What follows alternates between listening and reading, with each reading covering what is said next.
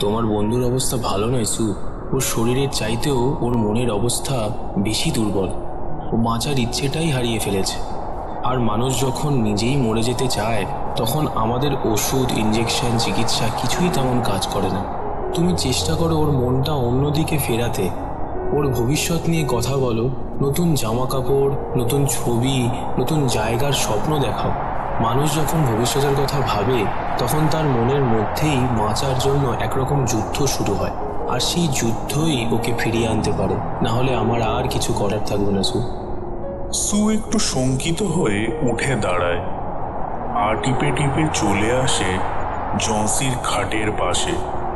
ওর মুখের দিকে তাকাতেই দেখে জন্সির চোখ বিস্ফারিত, এক দৃষ্টে তাকিয়ে আছে জানলার বাইরে সেই দেওয়ালে লেগে থাকা আইভি গাছটার দিকে, আর ঠোঁট নড়ে উঠছে আস্তে আস্তে, যেন নীরব জপের মতো।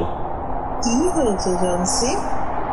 জন্সি চোখ সরায় না জানলা থেকে, নিঃশ্বাস স্বরে বলে, ওই গাছের পাতাগুলো দেখো না, একের পর এক ঝরে যাচ্ছে। আমি জানি শেষ পাতাটা যখন ঝরে পড়ে যাবে আমিও তখনই চলে যাব।